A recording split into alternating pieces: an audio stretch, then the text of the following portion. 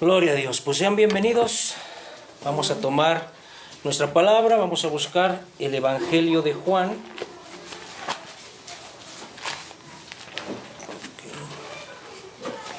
Continuamos en el capítulo 7. Capítulo 7 del versículo 25 al 36. Vamos a estar viendo estos 12 versículos el día de hoy. El tema: ¿es este el Cristo o no? Vamos a ponernos de pie para darle lectura. Voy dándole lectura, me van siguiendo. En el versículo 25 dice la palabra de Dios en nombre del Padre, del Hijo y del Espíritu Santo. Amén. Decían entonces unos de Jerusalén: ¿no es este a quien buscan para matarle? Pues mirad, hablaba públicamente y no le decían nada. ¿Habrán reconocido en verdad los gobernantes que este es el Cristo? Pero este sabemos de dónde es, mas cuando venga el Cristo nadie sabrá de dónde sea. Jesús entonces, enseñando en el templo, alzó la voz y dijo: a mí me conocéis y sabéis de dónde soy, y no he venido de mí mismo, pero el que me envió es verdadero, a quien vosotros no conocéis. Pero yo le conozco porque de él procedo y él me envió. Entonces procuraban prenderle, pero ninguno le echó mano porque aún no había llegado su hora. Y muchos de la multitud creyeron en él y decían: el Cristo, cuando venga, hará más señales que las que éste hace. Los fariseos oyeron a la gente que murmuraban de él estas cosas, y los principales sacerdotes y los fariseos enviaron alguaciles para que le prendiesen. Entonces Jesús dijo: todavía un poco de tiempo estaré con vosotros y iré al que me envió. Me buscaréis y no me hallaréis, y a donde yo estaré vosotros no podráis venir. Entonces los judíos dijeron entre sí: ¿a dónde se irá este que no le hallaremos? ¿Se irá a los dispersos entre los griegos y enseñarán a los griegos? ¿Qué significa esto que dijo? Me buscaréis y no me hallaréis, y donde yo estaré vosotros no podráis venir. Amén. Oremos. Padre eterno, Señor, en esta mañana te volvemos a dar gracias, Padre, porque nos permites estar aquí reunidos para estudiar, Señor, y comprender más de tu palabra. Te pedimos, Señor, que sea nuestro corazón expuesto, nuestra mente, Señor, para que nosotros podamos entender y profundizar, Señor, en cada versículo de este mensaje, de este sermón, Señor, y podamos entenderlo, pero sobre todo, Señor, podamos llevarlo por obra, Señor.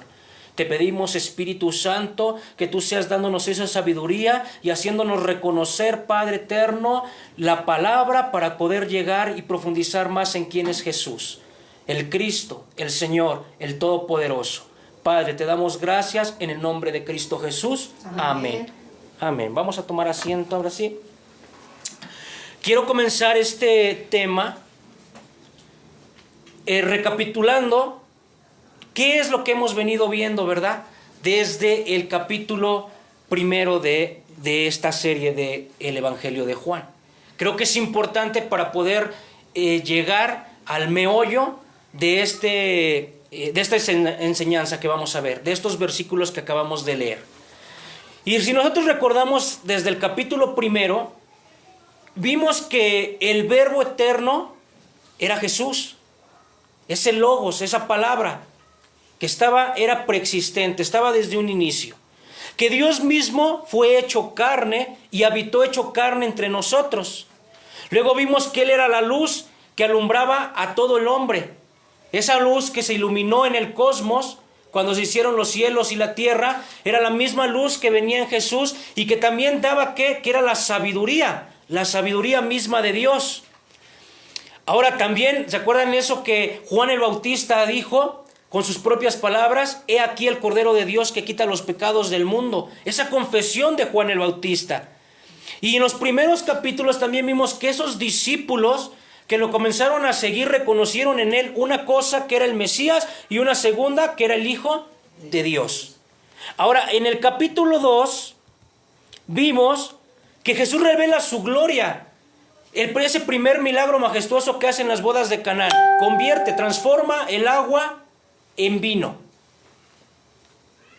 y luego de convertir el agua en vino, purifica el templo. Entra y purifica ese templo y nos enseña que Él mismo es el verdadero lugar de encuentro con Dios. Es el templo vivo.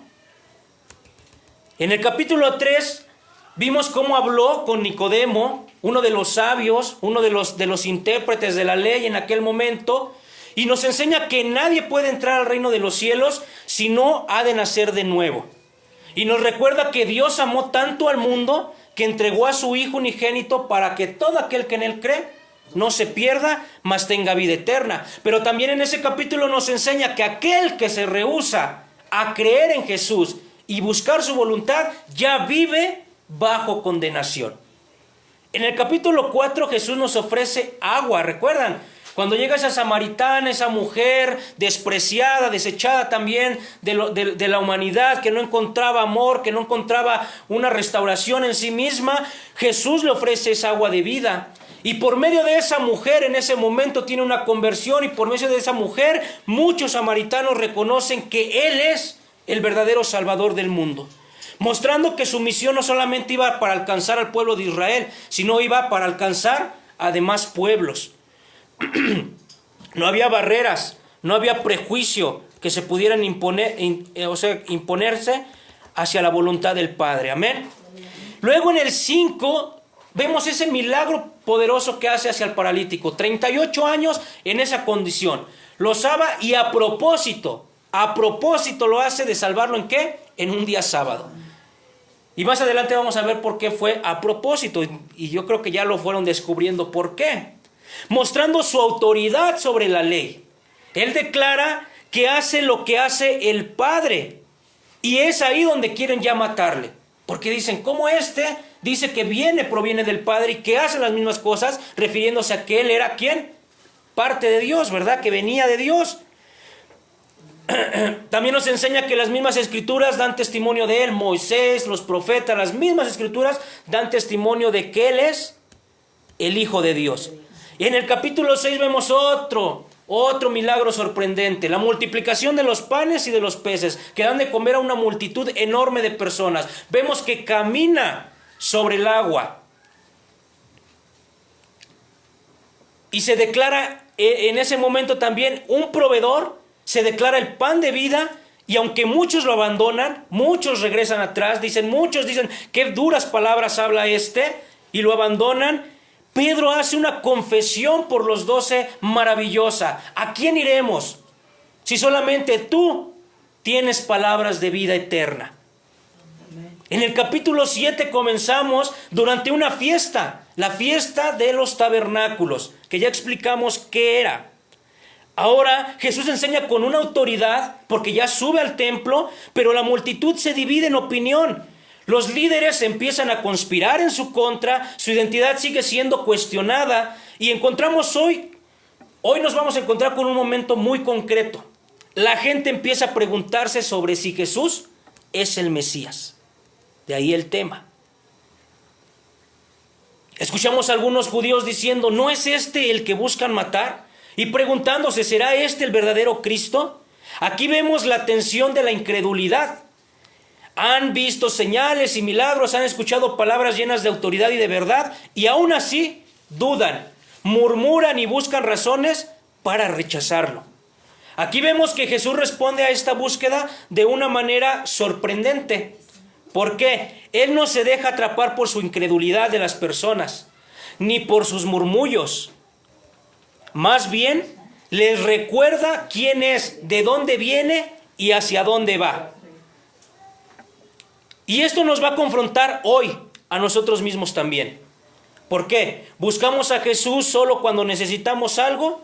¿O lo reconocemos como el Cristo, el Hijo de Dios, la respuesta a nuestra vida y a nuestra eternidad? Hoy mientras estudiamos este pasaje va a haber algo muy interesante. Quiero que cada uno de nosotros haga una pausa y se pregunte, ¿estoy buscando a Jesús de verdad? ¿O solo busco un milagro, un consuelo, un momento con Él? Porque Juan nos enseña que la oportunidad de encontrarnos con Él está aquí, está hoy. Hoy es el día. Así que tengo que hacer hoy en esta mañana comenzar con una pregunta también prácticamente obligada. Y esa pregunta es, ¿has dudado alguna vez si Jesús es verdaderamente el Cristo? No. No respondan, llévenselo en su corazón. Han dudado. Y vamos a comenzar. Fíjense lo que decía el versículo 25. Ya lo tenemos también aquí en pantalla. Decían entonces unos de Jerusalén: ¿no es este a quien buscan para matarle? Fíjense que esa reacción de los habitantes de Jerusalén recuerda los intentos previos que ya habíamos visto desde el primer versículo de este capítulo, que ya le estaban buscando. Recuerdan que habían unos que se preguntaban: ¿dónde está este? Unos por curiosidad, otros porque sabían, ya estaba el rumor esparcido de que querían apresarle, que querían matarle a Jesús por lo que había hecho. Y nos recuerdan en este mismo capítulo lo que vimos en la enseñanza pasada, que era por esa sanidad que había hecho al paralítico, porque lo había hecho en día sábado, en día de reposo. Ahora, la frase precisamente va a mostrar dos cosas. Número uno, la fama que ya tenía Jesús, que era una fama peligrosa. ¿Por qué? Porque ponía en riesgo su vida.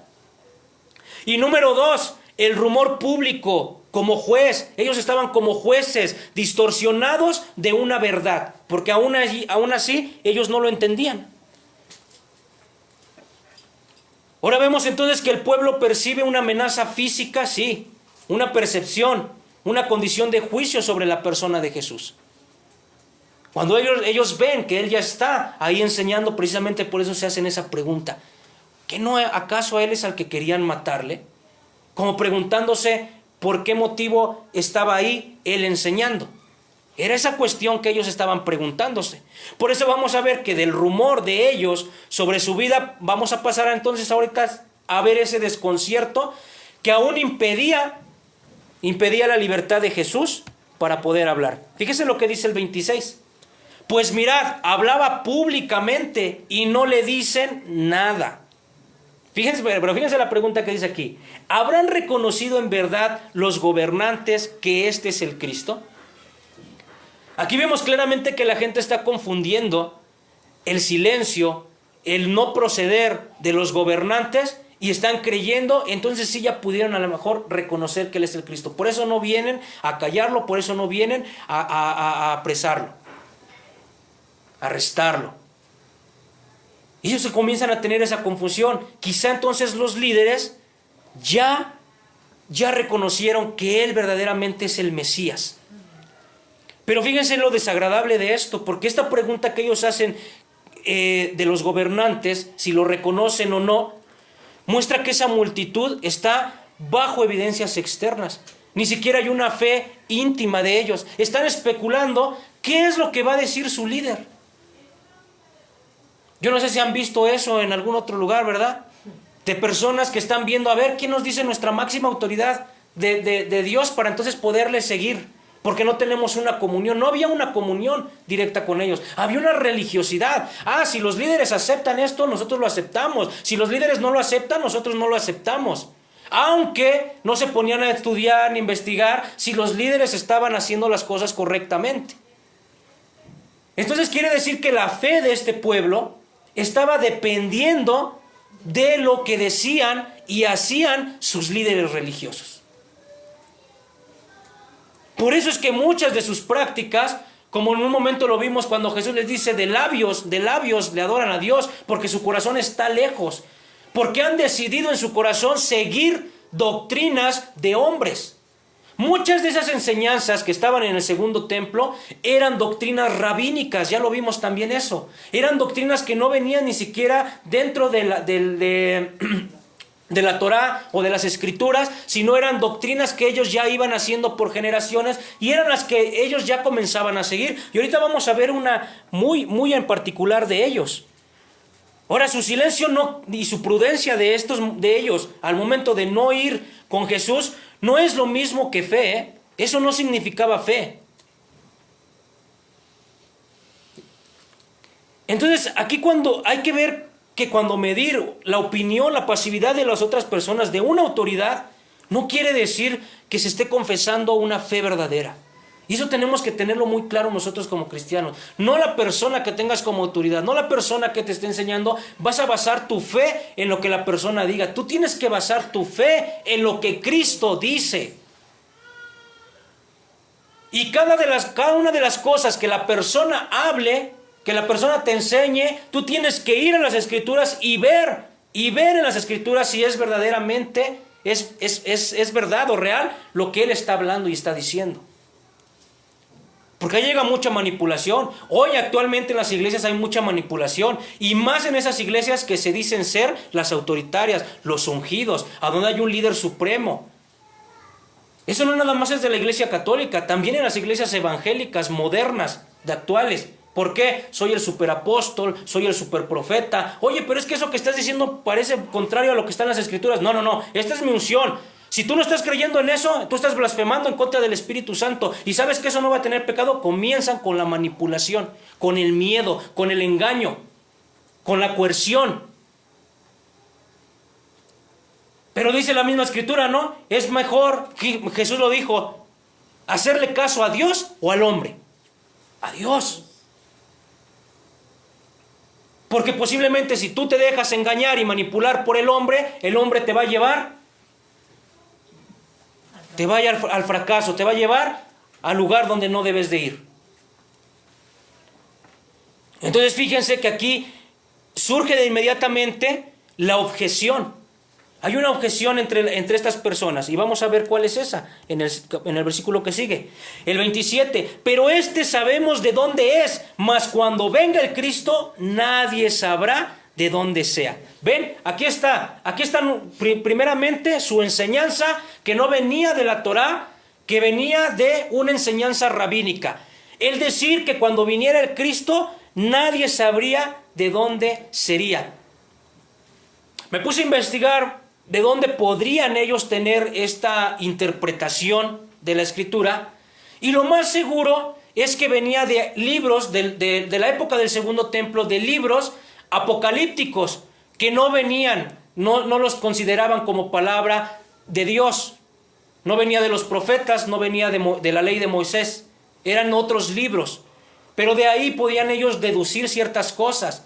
Otro libro que había, que hasta la fecha es un libro muy mencionado, es el libro de Enoch, ¿verdad? De donde habla de los Nefilín, que eran los gigantes. Muchas cosas que vienen, sí, muy parecidas a la Biblia, pero otras cosas que no lo son. Por eso tampoco no se tomó como palabra de Dios. Pero ellos de ahí sacaban cosas y de ahí hacían sus interpretaciones. Y por eso sacaban de que Jesús, o más bien no Jesús, de que su Mesías iba a venir de una manera sobrenatural. Nadie iba a saber de dónde vino, de dónde nació, de dónde llegó, pero ahí estaba el que se iba a manifestar como el Mesías y el que lo iban a hacer rey y el que los iba a venir a liberar.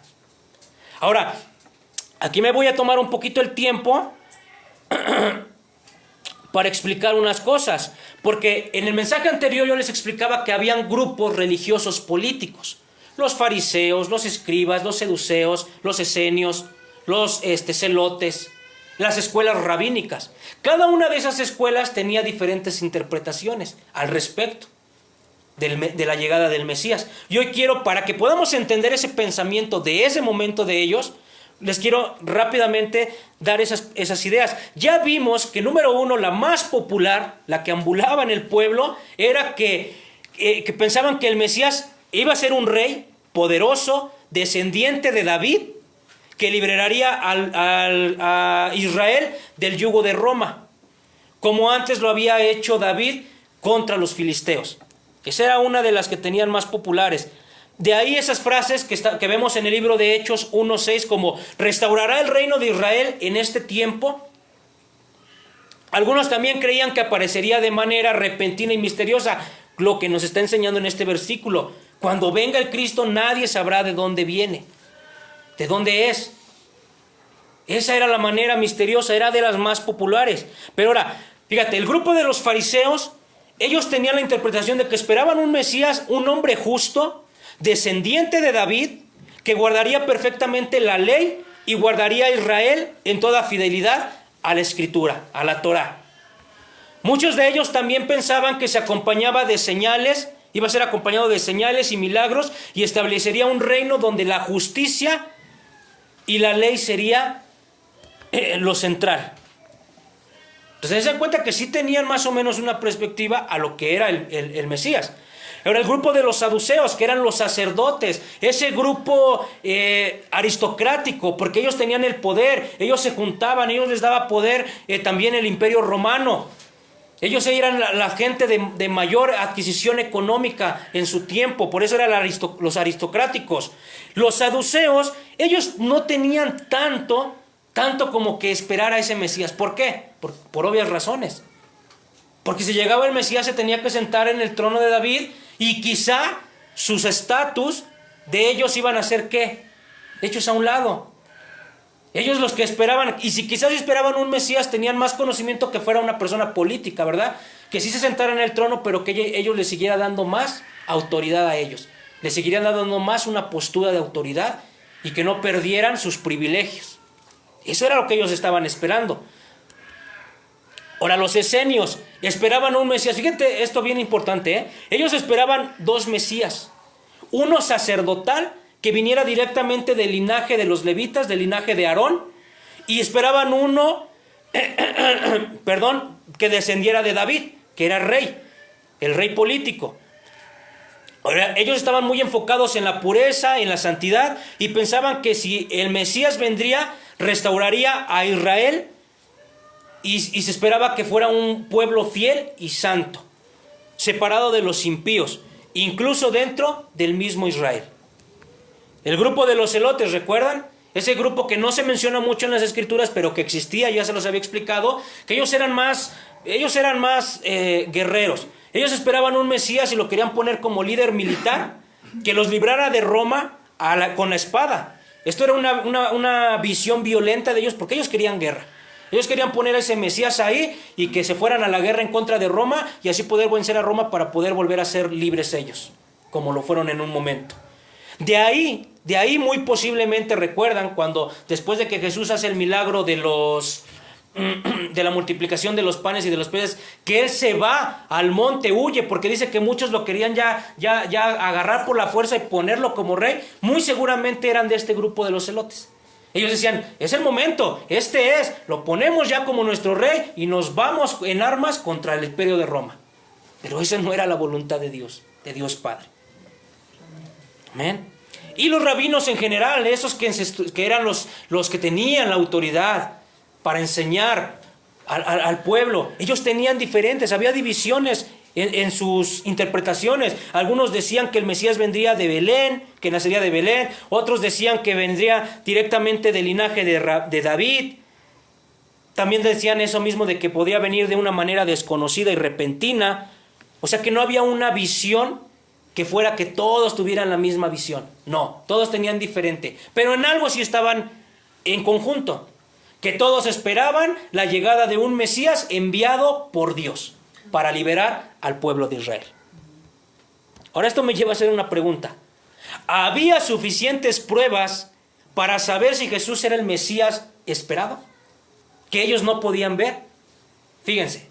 Profecías cumplidas desde el nacimiento y ministerio de Jesús. Número 1. Nacería de una virgen. Profecía, Isaías 7:14. He aquí que la virgen concebirá y dará a luz a un hijo y le pondrá por nombre Emanuel. ¿Jesús nació de una virgen? Claro, ¿verdad? Nació de una virgen. Entonces ahí se cumplió lo que decía aquí. ¿En dónde lo vemos? En Mateo 1, del 22 al 23. María concibe por el Espíritu Santo, no por voluntad de hombre. Esto muestra que Jesús es verdaderamente el Hijo de Dios. Ahora, nacería de Belén. Profecía, Miqueas 5:2. También había un grupo que creía en eso, ¿sí o no? Pero tú, Belén Éfrata, pequeña, que pareces estar entre las familias de Judá, de ti saldrá el que será Señor de Israel. A sus salidas son desde el principio, fíjate, desde el principio, desde los días de la eternidad. ¿Por qué no creían? Entonces, si dicen que desde el principio, desde los días de la eternidad, quiere decir que tenía que ser una persona preexistente. ¿Quién podía estar desde el principio? ¿Quién? Un ser humano no podía estar desde el principio. Entonces, dense cuenta que sí había muchas cosas para creer en lo que Jesús estaba diciendo. Ahora, Eso de Belén se cumple en Mateo 2:1. Jesús nació en Belén de Judea en tiempos de Herodes. Y algo bien curioso aquí. Dios usó un censo romano en ese momento. Lo vemos en Lucas 2 del 1 al 7. Para que José y María estuvieran en Belén justo en el momento del parto. Ellos se van de ahí por ese censo y llegan a Belén y ahí nace Jesús. ¿Fue hecho por quién? ¿Por la mano de quién? Por la mano de Dios.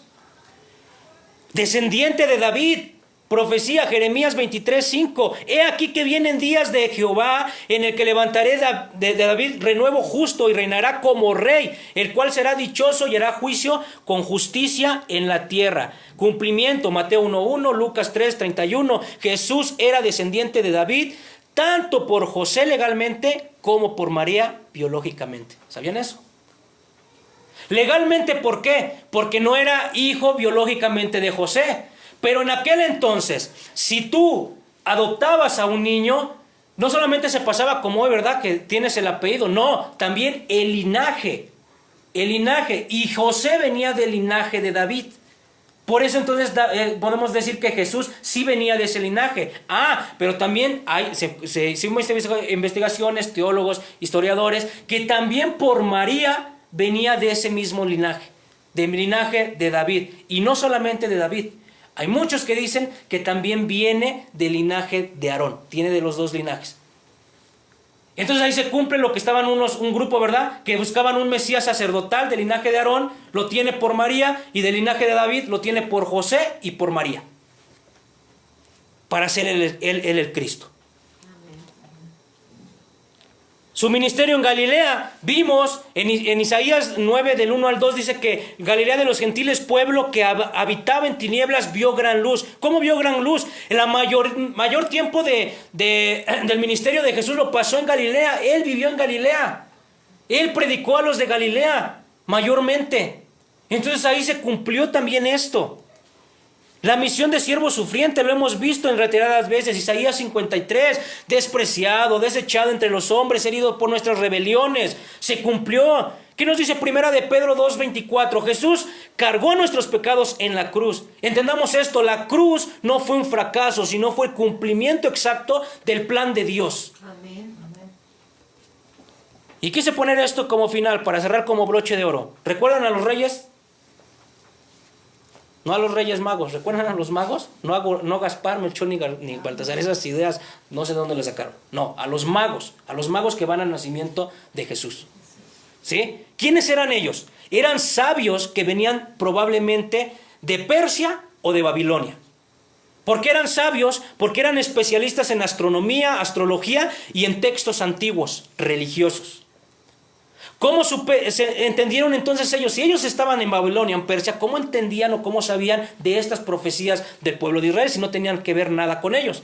Bueno, recordemos que en Mateo 2:2 dice que vimos la estrella en el oriente y vinimos a adorarle. Bueno, fue por medio de una estrella que probablemente relacionaron ese fenómeno celestial con la profecía que había en Números 24:17. Saldrá estrella de Jacob y se levantará cetro en Israel.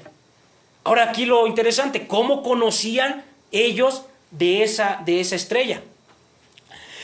Había una influencia de judíos en Babilonia y en Persia. ¿Por qué? Porque hubo un exilio muchos años antes. En tiempo de Daniel, de Esdras y de Nehemías hubo un exilio donde muchos judíos tuvieron que salir de Jerusalén, de Judá, y se esparcieron por otras naciones. Y ya se quedaron, ya hicieron vida en otras naciones. Y esto pongan mucha atención porque ahorita lo vamos a ver también en un versículo más adelante. Ahora, entonces muchos de esos judíos llevaban las escrituras y de ahí ellos conocieron estas profecías. Y como eran sabios, se pusieron a estudiar, tenían conocimiento astrológico, astronómico, ¿sí? Y ellos dedujeron que hablaba o que se refería, ¿verdad?, a este nacimiento.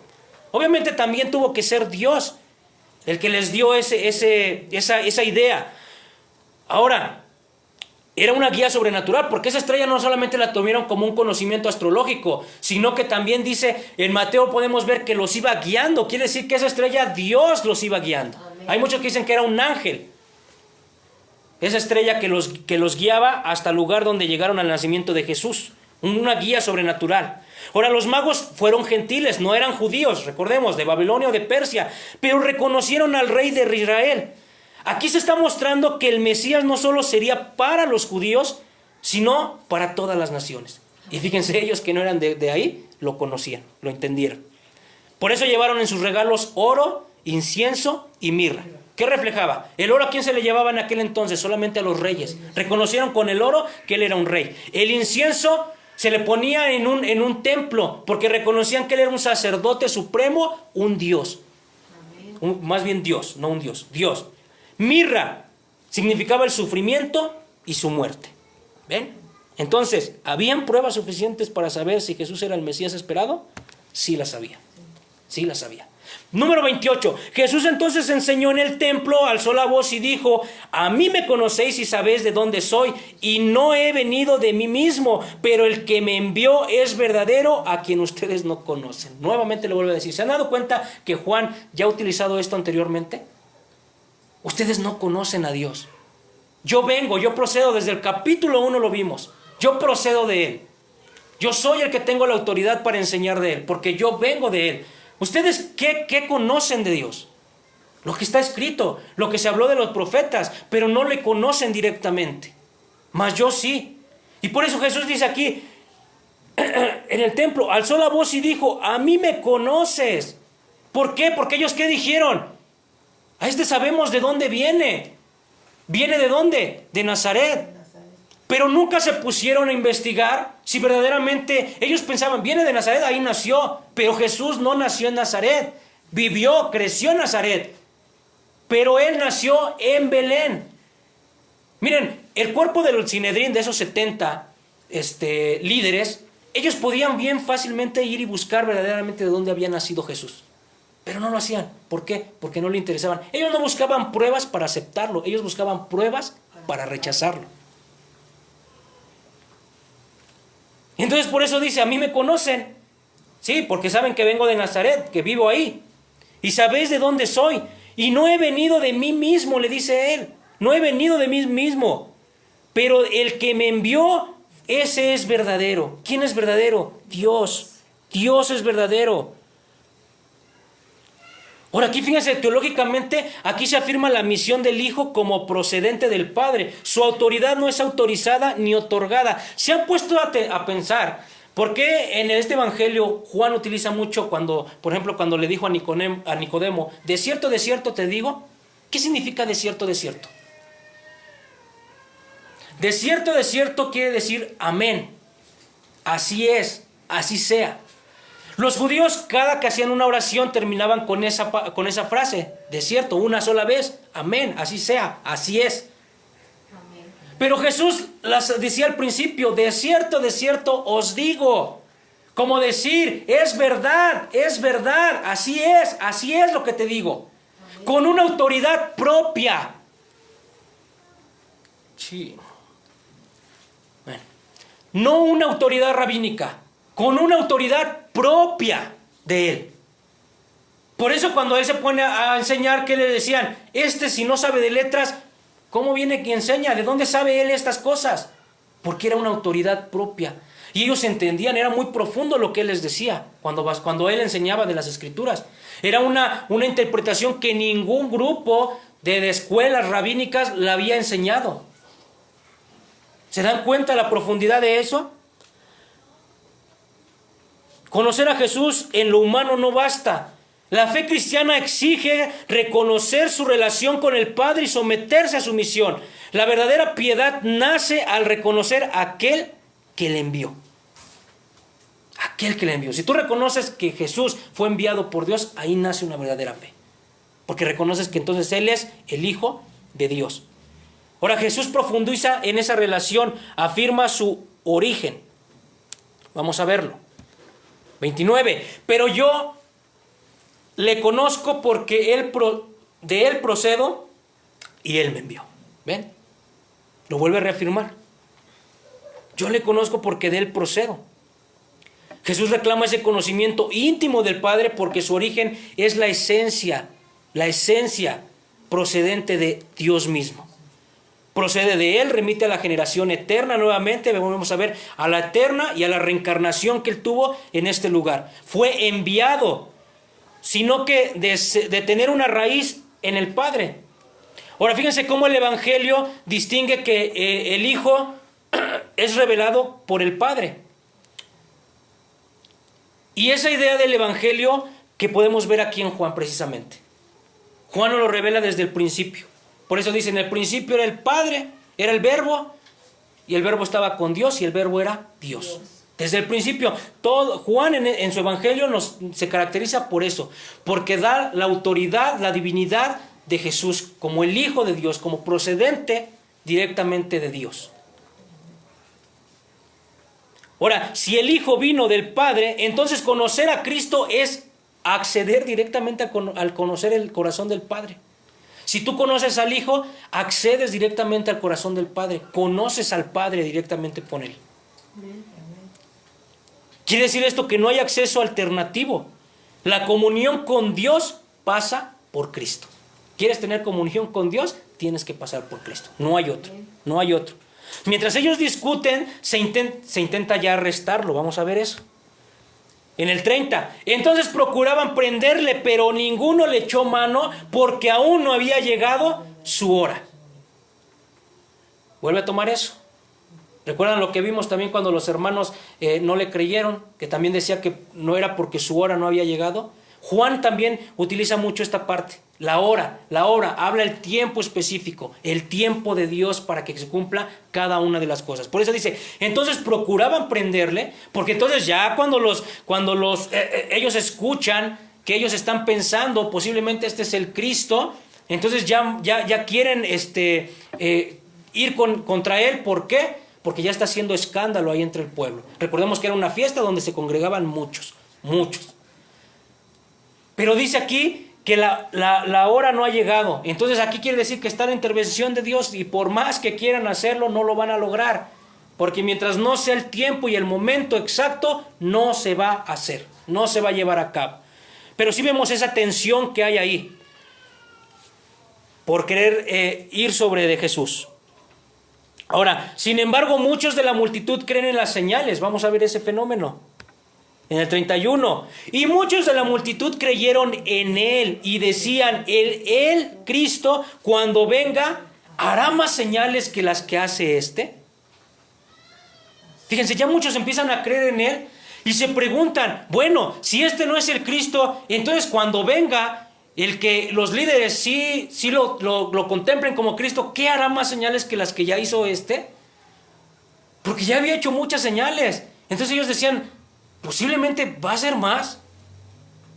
¿Qué más va a ser para que entonces nosotros podamos decir, este sí es el Cristo? Si él ya manifestó sabiduría, conocimiento en la Torá, ya manifestó una autoridad propia que no viene de ninguna escuela rabínica, ya demostró milagros grandiosos y gloriosos. Comienzan ya ellos a tener una inquietud de saber si posiblemente entonces sí Jesús era ese Cristo que estaban esperando. Pero aquí lo más desafortunado, y dense cuenta cómo este evangelio de Juan lo utiliza muchas veces. Las personas comenzaban a creer por los milagros, por las señales. No era una fe de reconocimiento, de ver quién era él, quién era Jesús, sino de reconocimiento por lo externo. Y Juan enfatiza mucho en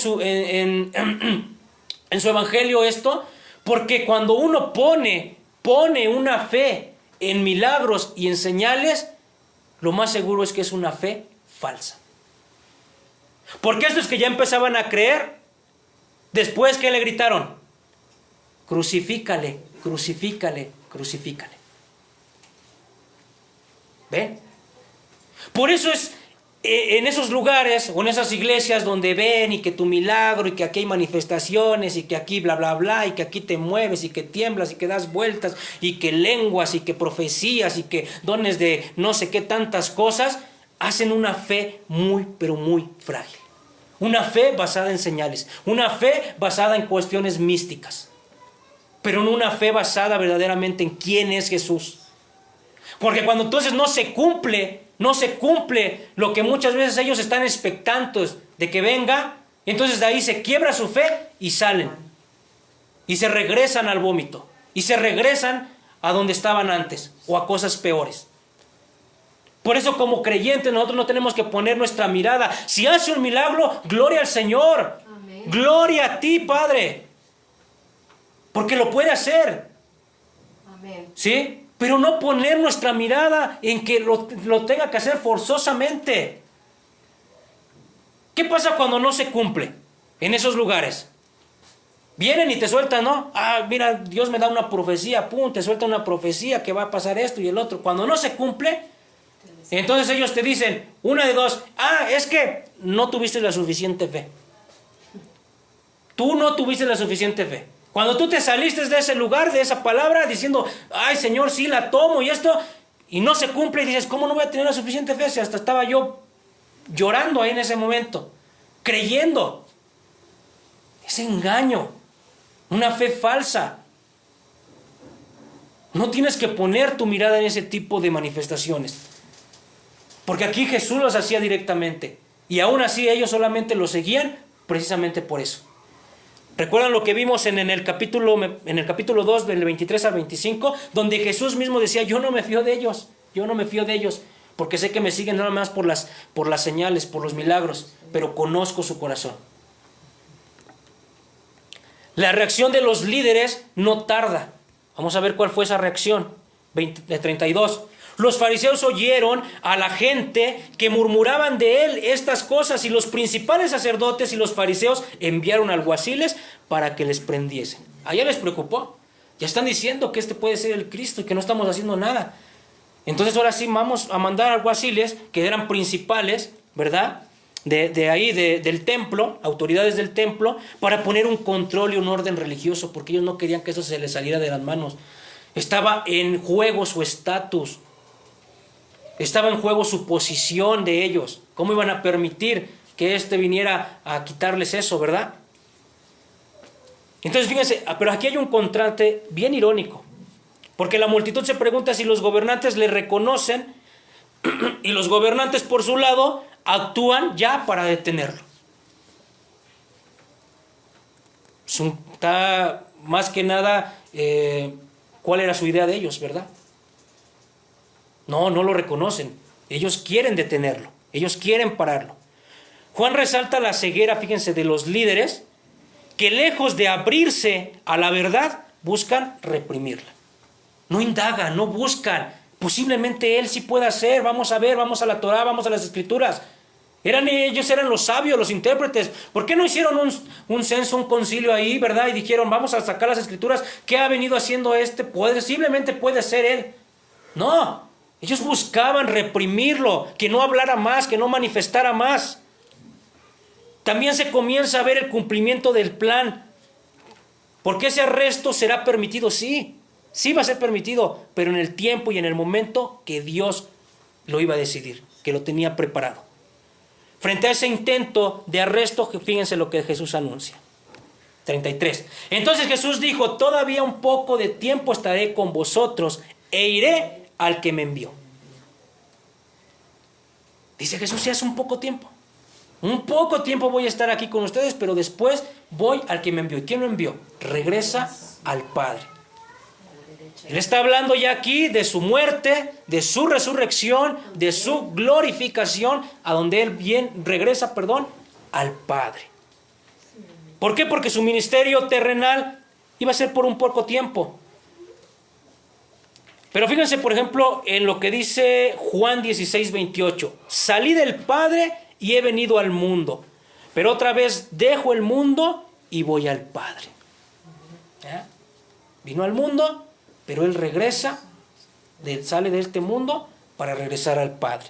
El anuncio no es evasión, sino es el cumplimiento de la misión que se va a alcanzar cuando él se siente a la diestra del Padre, en gloria.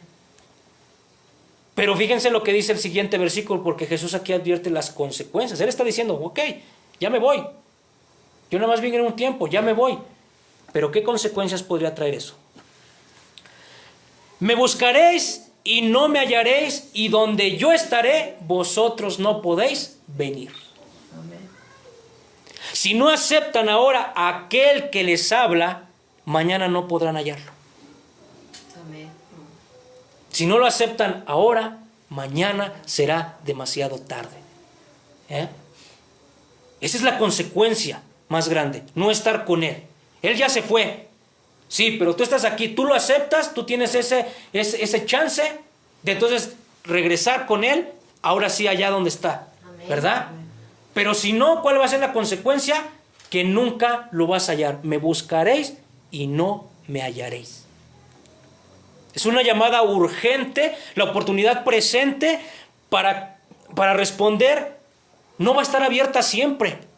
Bueno fuera que estuviera abierta siempre, pero sabemos que así como se fue, también va a llegar un momento en el que ¿a qué? Va a regresar.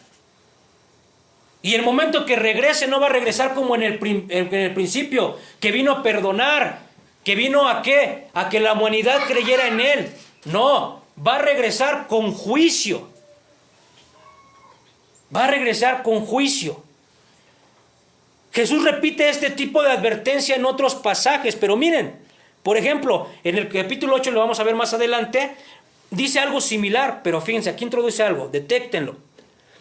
Yo me voy y me buscaréis y moriréis en vuestro pecado, a donde voy vosotros no podéis ir.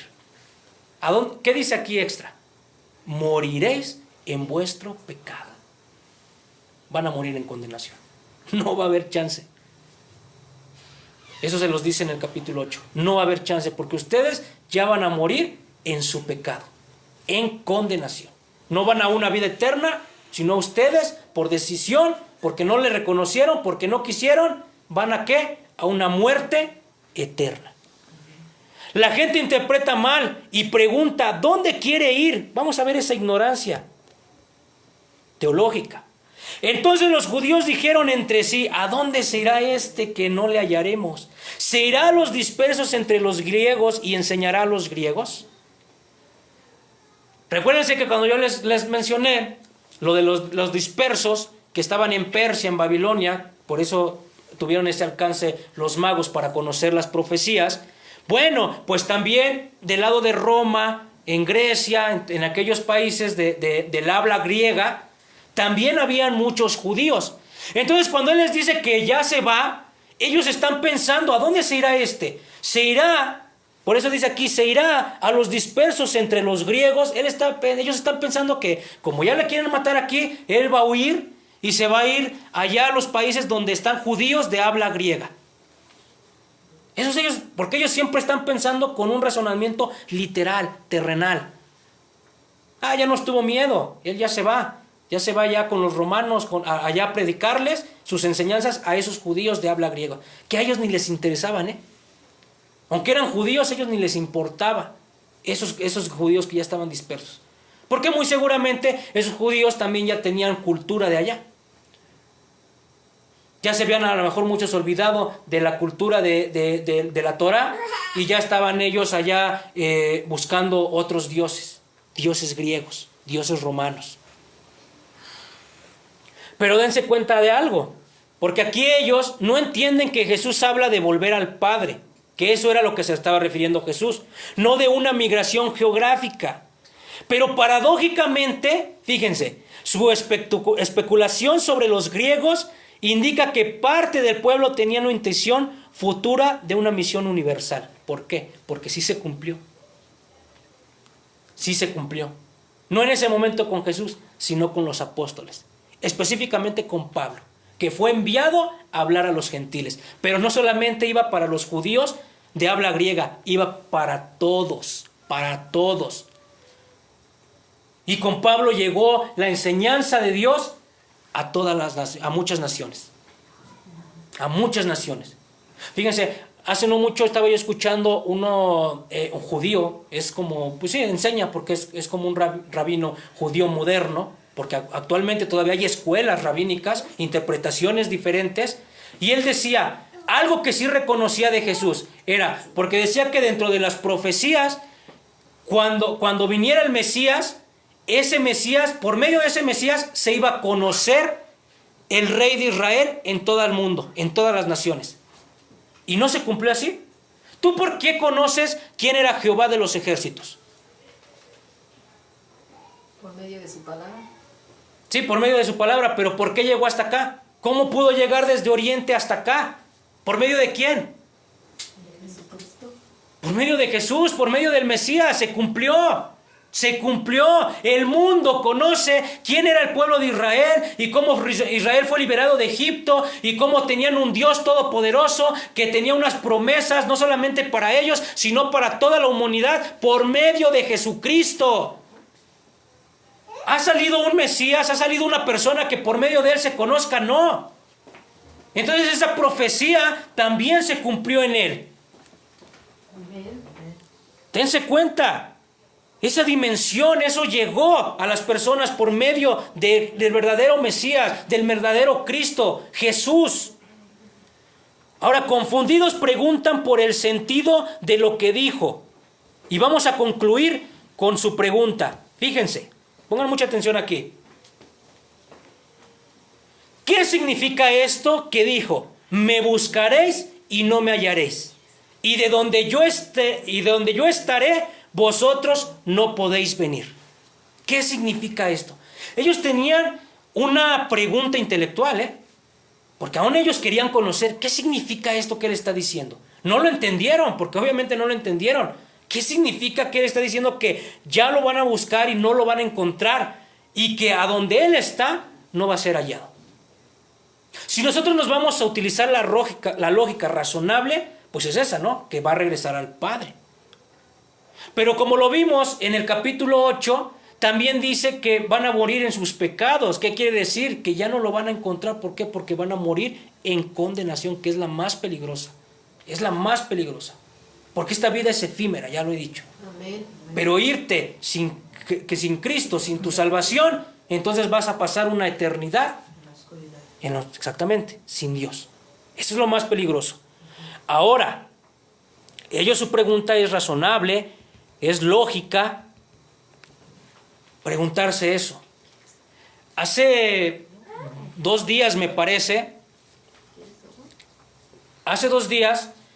vi un video, te los quería mostrar, pero no tuve la forma de cómo hacerlo, donde hay un rabino que está ahí en el Muro de los Lamentos, ahí en Jerusalén, un rabino ya muy anciano, yo le calculo ya más de 80 años, porque ya se veía muy, muy viejito el rabino, ¿sí? Y el rabino comienza a llorar y a pedirle a Dios que ya mande al Mesías. Y el rabino se tira en el piso y desde el piso comienza a clamar y comienza a pedir que ya Dios envíe al Mesías. Con una desesperación, con un lloro. Y por lógica yo estaba viendo ese video y como iba a predicar esto, pues luego me llevó a este versículo en específico. Me buscaréis y no me hallaréis. Ellos lo tuvieron cara a cara. Ellos actualmente, si quisieran, podrían reconocerlo. Ese señor ya está muy grande. Quizá en su desesperación decía, ya me voy a morir, me falta poco. Y no voy a conocer si viene ya el Mesías. Porque no lo reconocieron y así se van a quedar. Así se van a quedar. Porque ese Mesías no va a venir. El Mesías ya vino. Imagínense la condición de las personas. Estar buscando a un Cristo, estar buscando la salvación cuando esa salvación ya está. Imagínense esa desesperación de ellos de ya pasar muchos años. Dicen que Jesús es un hereje y que todos los que siguen a Jesús son herejes. Y siguen en esa desesperación. Yo les mandé el otro día un testimonio de un judío que se volvió al cristianismo, donde él dice que hay escuelas modernas actualmente donde se les prohíbe, a los judíos se les prohíbe que asisten a esas escuelas, que se acerquen a un Nuevo Testamento. ¿Por qué no se les prohíbe que se acerquen a un Nuevo Testamento? Porque saben que dicen ellos, pueden ser confundidos. No. Porque saben que puede llegar en la revelación de quién era Cristo en verdad. Quién era Jesús en verdad. Imaginen, en cambio, cuando Él lo reconoce. Algo que a mí me pareció, escuché de otro testimonio. A mí me gusta escuchar mucho este tipo de videos, ¿sí? Donde hablan tanto judíos que no quieren a Jesús. Porque me hace ver su pensamiento actual todavía. y cómo pensaban desde antes y cómo siguen pensando ahora. Y me gusta ver, obviamente más, mucho más todavía, judíos que sí ya aceptan a Jesús. Amén. Un rabino, se le llaman judíos mesiánicos a los que ya aceptan a Jesús actualmente. Un judío mesiánico estaba en una disputa y en una charla, en un diálogo con un judío rabino, actual, moderno. Entonces él le decía, ¿por qué ustedes no reconocieron a Jesús, no? Él comienza a decir que hubo otros, en algún momento específicamente, no recuerdo el nombre, pero le da el nombre de una persona, que dice que él sí pudo haber sido el Mesías verdadero porque cumplía muchas profecías, y empieza a dar unas. Pero él le pregunta, bueno, si tú dices que él pudo haber sido, ¿por qué Jesús no? Y me impactó la respuesta que le dio ese rabino. Le dijo, porque él no era de nosotros. Así de simple. ¿Por qué ellos lo rechazaron? Él venía de Nazaret. Nazaret era un pueblo olvidado y lo vamos a ver en el siguiente tema. Para ellos no podía salir nada bueno de Nazaret. No venía de nosotros. Y él dice, el judío mesiánico, ven, nunca van a poder salir un Mesías de ellos. ¿Por qué? Porque actualmente sigue habiendo, como en aquel entonces habían fariseos, escribas, seduceos, habían diferentes grupos. Actualmente pasa lo mismo. Actualmente pasa lo mismo, hay diferentes grupos. Entonces, si sale de un grupo un Mesías, el otro grupo no lo va a aceptar. ¿Por qué? Porque no sale de ellos. Nunca van a tener un Mesías que salga del grupo o que sea que todos estén de acuerdo que ese sí puede ser el Mesías. Nunca. Y aparte porque pues ya no va a venir, ya vino, ya está sentado a la diestra del Padre, Amén. en gloria, en autoridad. Entonces, hermanos, fíjense, hemos visto cómo paso a paso la evidencia de quién es Jesús está hecha clara, clara. Por eso quise comenzar con esa recapitulación de lo que vimos desde el primer capítulo. El Verbo eterno, la luz verdadera, el Cordero de Dios, el agua viva, el pan del cielo, el Hijo del Padre. Y sin embargo, en Jerusalén había división. Unos dudaban, otros murmuraban, otros buscaban matarlo directamente. Y Jesús les advierte, me buscaréis y no me hallaréis. Y donde yo estaré, vosotros no vas a poder venir. Ese es el peso del texto de hoy, del pasaje de hoy. Hay una búsqueda que llega demasiado tarde. Una búsqueda sin respuesta. Un anhelo que nunca se va a cumplir en las personas que rechazan a Jesús. Por eso quiero preguntarte hoy nuevamente, como lo hice en un principio. ¿Has dudado alguna vez si Jesús es verdaderamente el Cristo? Si lo has dudado, este es el momento de resolverlo en tu corazón. ¿Por qué? No va a haber mañana, no hay otro tiempo, no hay cuando sientas las ganas o cuando sea más fácil. Porque la oportunidad es hoy. Amén. ¿Hoy qué? Hoy mientras está escuchando el llamado. Tal vez como los judíos esperas un Cristo a tu manera. Esperas uno que cumpla tus expectativas. Uno que no te llame a cambiar de vida. Uno que te pueda dejar seguir estando en tu pecado, en tus vicios, en tu manera de hablar, en tu manera de comportarte. ¿Quieres un Cristo así? Allá afuera hay muchas religiones que puedes conseguir un Cristo de esa manera, Religiones a donde vas un domingo, vas ahí, cumples con ciertas cosas y sales, mira, y sigues con tu vida igual, no pasa nada.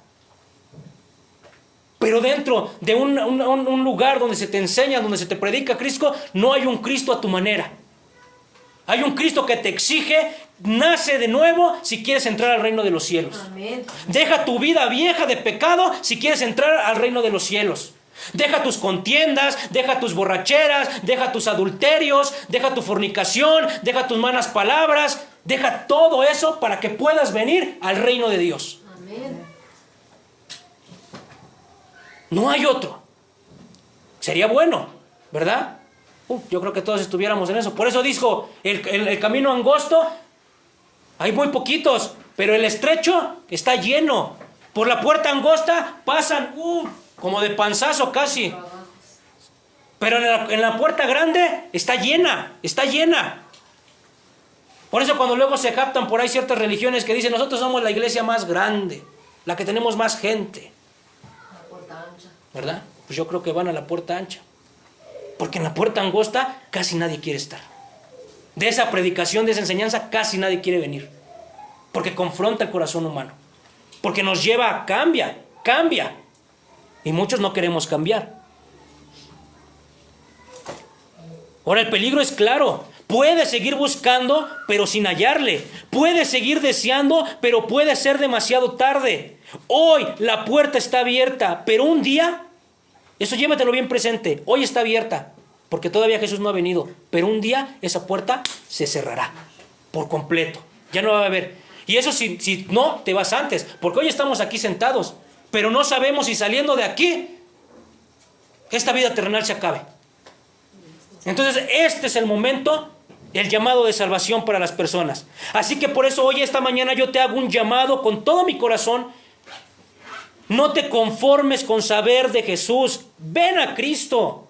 No te conformes con admirar sus obras. Ríndete a su señorío. No te retrases más tu fe, porque mañana puede ser tarde. Recuerda las palabras de Pedro: Señor, ¿a quién iremos? Tú tienes palabras de vida eterna.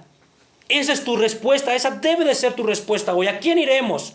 Ríndete a Él, cree en Él y síguelo. Porque de algo sí debes de estar seguro. Llegará el día que, como lo dijo en el último versículo que leímos, lo buscarán y no lo hallarán. Ponte de pie.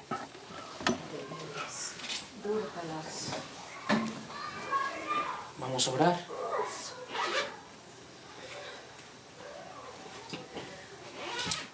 Padre eterno, Señor, gracias te damos, Señor, por esta palabra, Señor, que has traído a nuestros corazones. Creo que hemos escuchado, Señor, creo que nos hemos llevado, Padre eterno, y cada día, Señor, confrontas nuestro corazón.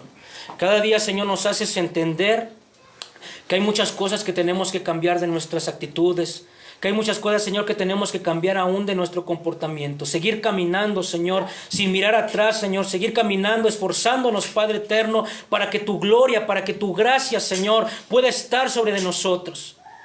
Por eso es necesario, Señor, venir delante de ti, rendirnos, pedirte perdón, Señor. Perdónanos. Perdónanos porque como seres humanos, Señor, seguimos cayendo. Parecemos, Padre eterno, Señor, a muchas veces, Señor, nos comportamos, Señor, como si no fuéramos hijos, sino como fuéramos aquellos descarriados, Padre eterno, Señor, que no tenemos una mano que nos sustente, que queremos salir, correr y hacer muchas cosas que van en contra de tu voluntad. Pero en esta mañana te pedimos misericordia. Nosotros no somos mejores que esos judíos, Padre, porque si hoy reconocemos en nuestro corazón quién eres, es por pura gracia. Es porque Dios Padre nos permitió reconocer quién es Jesús. Nosotros no somos mejores que aquellos que vemos que sus vidas, Señor, dicen creer en Dios y vemos que sus vidas, Señor, están alejadas de Él.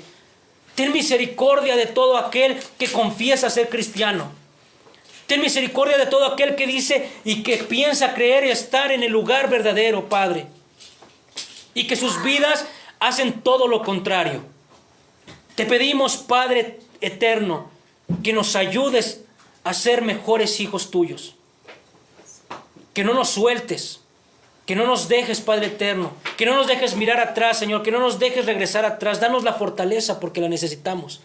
Nadie, Señor, nadie puede. Nadie puede dejar un pecado, Señor. Nadie puede dejar una mala manera de ser, Señor, si no es por tu voluntad. Si no es, Señor, con tu ayuda. No podríamos, Señor. Caeríamos nuevamente. Por eso necesitamos que nos ayudes. Restaura corazones, restaura mente, Señor.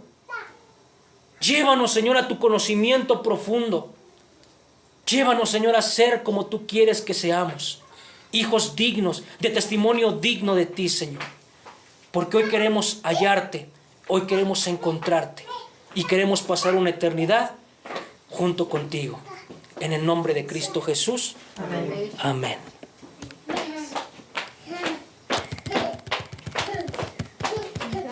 Ya. Dios les bendiga a los que estuvieron conectados.